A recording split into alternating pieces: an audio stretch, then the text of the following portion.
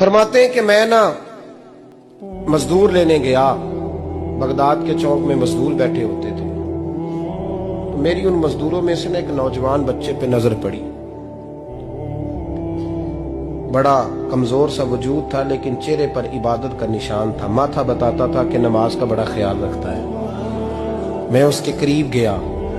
चेहरे भी बड़ा कुछ बताते हैं ना, चेहरों में भी बड़ी रानाई होती है। फरमाते मैं करीब गया, मैंने उसको कहा बेटे मजदूरी करोगे? तो कहने लगा मजदूरों में बैठा हूं तो हुजूर मजदूरी के लिए ही तो बैठा हूं। तो मैंने कहा कि चलो फिर। कहने लगा नहीं, मेरी कुछ शर्तें।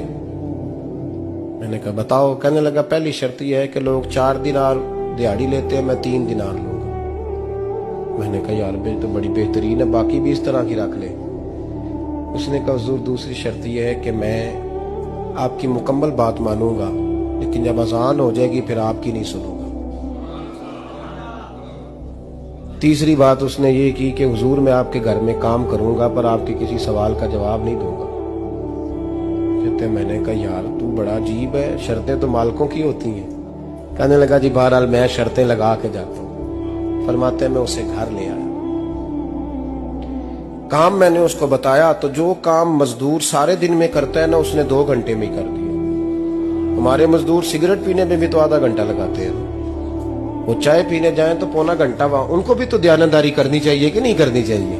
ने मुआहदा किया है ना जी, तो पूरा उतरना चाहिए ना।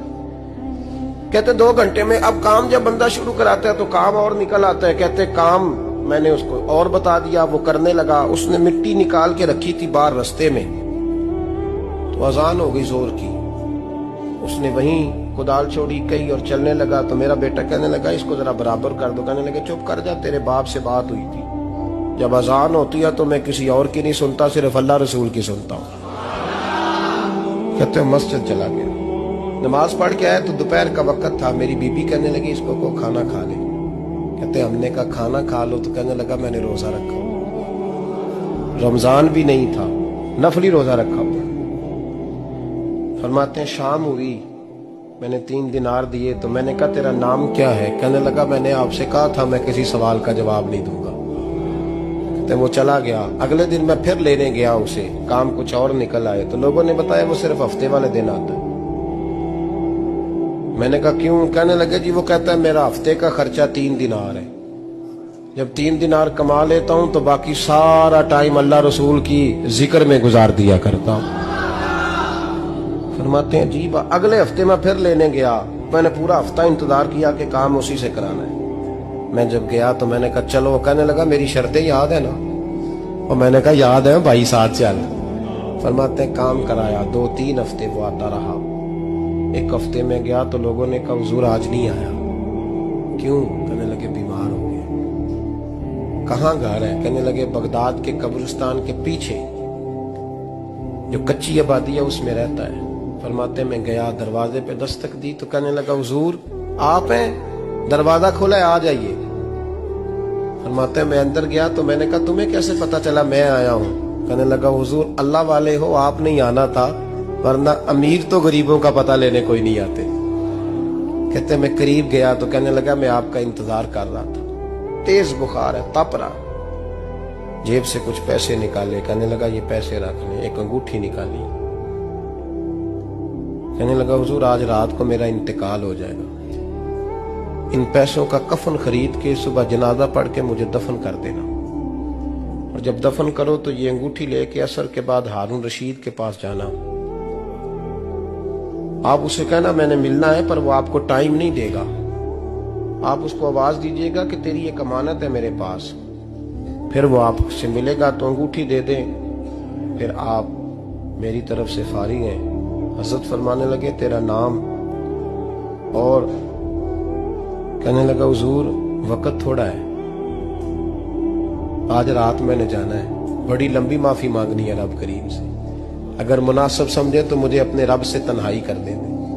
फरमाते मैं आ गया, पर उसकी बातों ने मुझे सारी रात सोने नहीं दिया। फरमाते सुबह बड़ी मुश्किल से सूरज निकला, मैं गया दरवाजे पे हाथ रखा तो दरवाजा खुला हुआ था। अंदर दाखिल हुआ तो खुशबुएं मेरा इस्तकबाल कर रही थी। जब चेहरे से कपड़ा हटाया तो उसका तो इंतकाल हो चुका। इंतकाल हो चुका है, ऐसे है जैसे किसी का दीदार करके सोया। कहते मैं तो 2 आदमी ले गया था जनाजे पे, पर पता नहीं दुनिया किधर किधर से आई, कहां कहां से। अखां जदों मीटियां जमाना मैनू रोवेगा, अपना ते अपना बेगाना मैनू रोवेगा। फरमाते हैं मैं तो 2 बंदे ले गया था, पर पता नहीं मखलूक कहां कहां से आई। जनाजा पड़ा, दफन किया।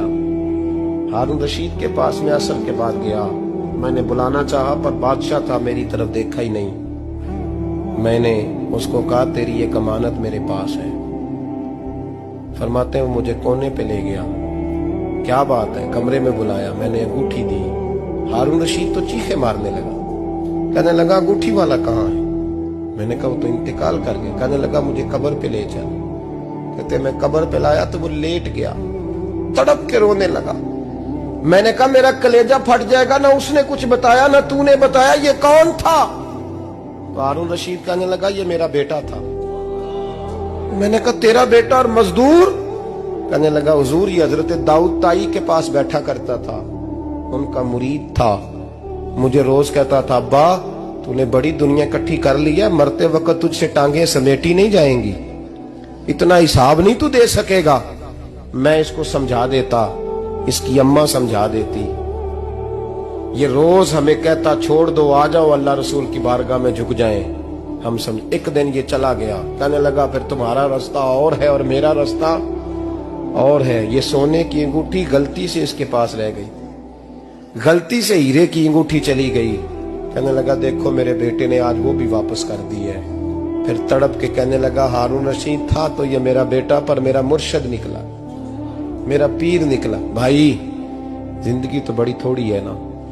बाबा साहब ने कहा था उठ फरीदा सुत्या, और दाढ़ी आ गया ही पूर, अग्गा नेड़े आ गया, पिछा रह गया ही दूर। उठ फरीदा सुत्या खलकत वेखन जा, मते कोई मिल जाई बख्शिया ते तू ही बख्शिया जा। उठ फरीदा सुत्या झाड़ू दे मसीत, तू सुते रब जागदा, तेरी डाडे नाल परीत। मेरा रब हमें भी